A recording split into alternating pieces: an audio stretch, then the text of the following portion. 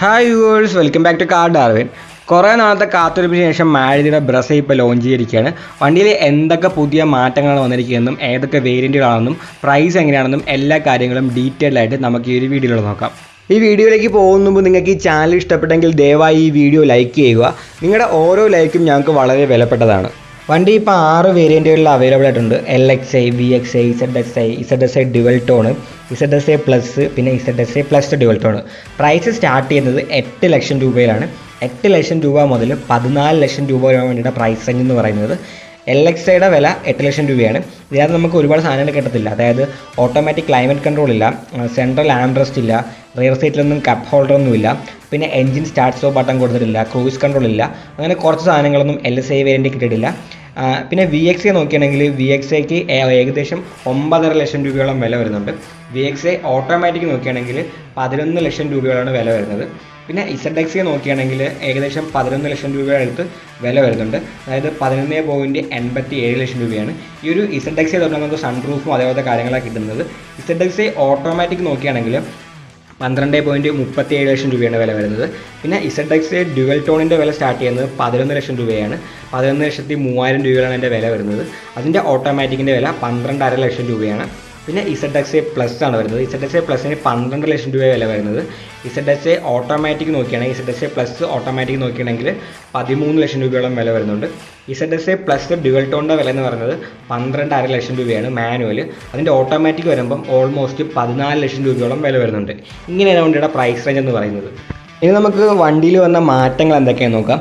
ആദ്യം നമുക്ക് എക്സ്റ്റീരിയറിലെ മാറ്റങ്ങൾ നോക്കാം. ഫ്രണ്ടിൽ നിന്ന് നോക്കാൻ നേരത്ത് വണ്ടി ഇത്രയുടെ അഗ്രസീവ് ലുക്കായിട്ടുണ്ട്. ഇത്രയുടെ അഗ്രസീവും സ്പോർട്ടി ആയിട്ടുള്ള ലുക്കാണ് ഇപ്പോൾ ഈ വണ്ടിക്ക് വന്നേക്കുന്നത്. ആ ഒരു ഗ്രില്ലും ഹെഡ് ലാമ്പൊക്കെ ഇത്രയുടെ സ്ലീക്കറായിട്ടുണ്ട്. ഒരു LED ഹെഡ്ലൈറ്റാണ് വണ്ടിക്ക് കൊടുത്തേക്കുന്നത്. പിന്നെ വണ്ടിയുടെ ബോഡി ക്ലാഡിംഗ് ഒക്കെ വന്നുകൊണ്ട് തന്നെ വണ്ടിക്ക് ഒരു അഗ്രസീവ് ലുക്ക്, അതായത് ഒരു SUV-നെഷ് ഇത്രയോടെ തോന്നുന്നുണ്ട് ആ ഒരു ബോഡി ക്ലാഡിംഗ് ഒക്കെ കൊടുത്തുകൊണ്ട് തന്നെ. പിന്നെ പുതിയൊരു അലോയ് വീൽസ് കൊടുത്തിട്ടുണ്ട്. അലോയ് വീലിൻ്റെ ഡിസൈൻ പുതിയതാണ് ഇപ്പോൾ വന്നേക്കുന്നത്. നമ്മൾ ആ ടൈൽ ലൈറ്റ് നോക്കിയാലും ആ ഒരു ഹെഡ്ലൈറ്റ് പോലെ തന്നെ സ്ലീക്കറായിട്ടുള്ള ടൈൽ ലൈറ്റ് വണ്ടിയുടെ റിയറിലും വന്നേക്കുന്നത്. പിന്നെ ആ ഒരു നമ്പർ പ്ലേറ്റ് വെക്കുന്ന സ്ഥലം, അതായത് ആ ഒരു റിയറിലെ നമ്പർ പ്ലേറ്റ് വെക്കുന്ന ഹൗസിങ് ഇത്രയുടെ താന്നടുപ്പിയിരിക്കുന്നത്. ഇതൊക്കെയാണ് വണ്ടിയുടെ പുറമേ നോക്കുമ്പോൾ പ്രകടമായിട്ട് വന്ന മാറ്റങ്ങൾ എന്ന് പറയുന്നത്. വണ്ടിയുടെ ഇൻറ്റീരിയേഴ്സ് നോക്കുകയാണെങ്കിൽ നമ്മുടെ പുതിയതായിട്ട് വന്ന ബലോനയായിട്ട് കുറേ കാര്യങ്ങളൊക്കെ തന്നെ സിമിലറാണ്. ആ ഒരു 9 ഇഞ്ചിൻ്റെ ഇൻഫോർടൈൻമെൻറ്റ് സിസ്റ്റം ബലേനയിൽ കണ്ട ആ ഒരു സെയിം സാധനം ഈ ഒരു വണ്ടിയിൽ അവർ കൊടുത്തിട്ടുണ്ട്. പിന്നെ സ്റ്റിയറിംഗ് വീലൊക്കെ നോക്കുകയാണെങ്കിൽ ബലേനയുടെ പോലെ തന്നെ സെയിം സ്റ്റിയറിംഗ് വീലാണ് ഈ വണ്ടിയിൽ കൊടുത്തേക്കുന്നത്. മൊത്തത്തിൽ ഡാഷ്ബോർഡും ആ ഒരു സെൻട്രൽ കൺസോൾ പോലത്തെ കാര്യങ്ങളൊക്കെ ഒന്ന് നല്ലപോലെ തന്നെ അഴിച്ചു പണിതിട്ടുണ്ട്. ഡാഷ്ബോർഡിലേക്ക് കൊടുത്തേക്കുന്ന ഒരു ബ്രൗൺ കളറിലെ ആ ഒരു ട്രിമ്മാണ് കൊടുത്തേക്കുന്നത്. അനലോഗ് ആയിട്ടുള്ള ഡയൽസും കാര്യങ്ങളൊക്കെ വണ്ടിയിൽ കൊടുത്തേക്കുന്നത്. പിന്നെ ആ ഒരു ക്ലൈമറ്റ് കൺട്രോളിലെ സ്വിച്ചും അതുപോലത്തെ കാര്യങ്ങളൊക്കെ നോക്കുകയാണെങ്കിൽ അതൊക്കെ തന്നെ ബലേനയുടെ സിമിലർ സാധനങ്ങൾ തന്നെയാണ്. പിന്നെ ബലേനയിൽ വന്ന പോലെ തന്നെ ആ ഒരു ഹെഡ്സപ്പ് ഡിസ്പ്ലേയും ഈ ഒരു വണ്ടിയിലും കൊടുക്കുന്നുണ്ട്. വണ്ടിയിൽ പിന്നെ ഒരുപാട് പുതിയ ഫീച്ചേഴ്സ് കൊണ്ടുണ്ട്. കാരണം ഹുണ്ടായുടെ വെന്യൂം, കിയ സോണ്ടൊക്കെ പോലത്തെ വണ്ടികളിൽ ഒരുപാട് ഫീച്ചേഴ്സാണ് കൊടുക്കുന്നത് ഈ ഒരു സെഗ്മെൻറ്റിലുള്ള വണ്ടികൾ തന്നെ. അപ്പം മാരുതിക്കും വെറുതെ നോക്കിയിരിക്കാൻ പറ്റത്തില്ല. അവരും അവരെ കൊണ്ട് പറ്റുന്ന പോലെ ഒരുപാട് ഫീച്ചേഴ്സ് കൊടുത്തിട്ടുണ്ട്. അതിൽ ഏറ്റവും എടുത്തു പറയേണ്ട കാര്യം ആ ഒരു ഹെഡ്സപ്പ് ഡിസ്പ്ലേ തന്നെയാണ്. ഈ ഒരു സെഗ്മെൻറ്റിൽ ആ ഒരു സാധനം ഈ വണ്ടിയിൽ മാത്രമേ ഉള്ളൂ, വേറെ വണ്ടിയിലൊന്നും കൊടുത്തിട്ടില്ല. പിന്നെ വയർലെസ് ഫോൺ ചാർജിങ് കൊടുത്തിട്ടുണ്ട്. പിന്നെ ഒരു സിംഗിൾ പ്ലെയിൻ സൺറൂഫ് കൊടുത്തിട്ടുണ്ട്. പിന്നെ കണക്റ്റഡ് കാർഡൊക്കെ ഉണ്ട്. ഫോണും വണ്ടിയായിട്ട് കണക്ട് ചെയ്യാൻ പറ്റുന്ന ആ ഒരു ഒരുപാട് കൺട്രോളുകളും ആ ഫീച്ചേഴ്സൊക്കെ ഈ ഒരു വണ്ടിയിലും വന്നിട്ടുണ്ട്.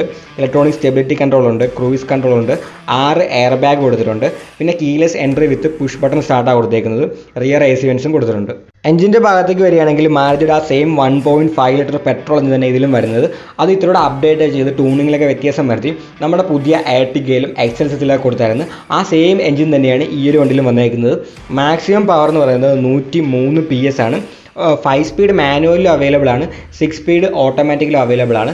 നേരത്തെ ഉണ്ടാകുന്ന ഒരു പഴയ 4 സ്പീഡ് ഓട്ടോമാറ്റിക് ആയിരുന്നു. അതൊക്കെ മാറ്റി ഇപ്പോൾ പുതിയ 6 സ്പീഡ് ഓട്ടോമാറ്റിക് മാരുതി കൊണ്ടുപോയിട്ടുണ്ട്.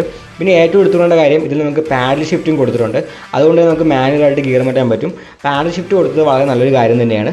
പിന്നെ മാരുതി പറയുന്നത് ഈ വണ്ടിക്ക് 20 കിലോമീറ്ററോളം മൈലേജ് കിട്ടുന്നതാണ്. ഈ ഒരു വീഡിയോ നിങ്ങൾക്ക് ഇഷ്ടപ്പെട്ടെങ്കിൽ ലൈക്ക് ചെയ്യുക, നിങ്ങളുടെ അഭിപ്രായങ്ങൾ കമൻറ്റുകളായി രേഖപ്പെടുത്തുക. ഇനി ഇതേപോലത്തെ വീഡിയോകൾ കാണാനായി ദയവായി ചാനൽ സബ്സ്ക്രൈബ് ചെയ്യുക, ആ ബെല്ലൈക്കൺ കൂടി എനേബിൾ ചെയ്യുക. പുതിയൊരു വീഡിയോയുമായി ഉടനെ കാണാം.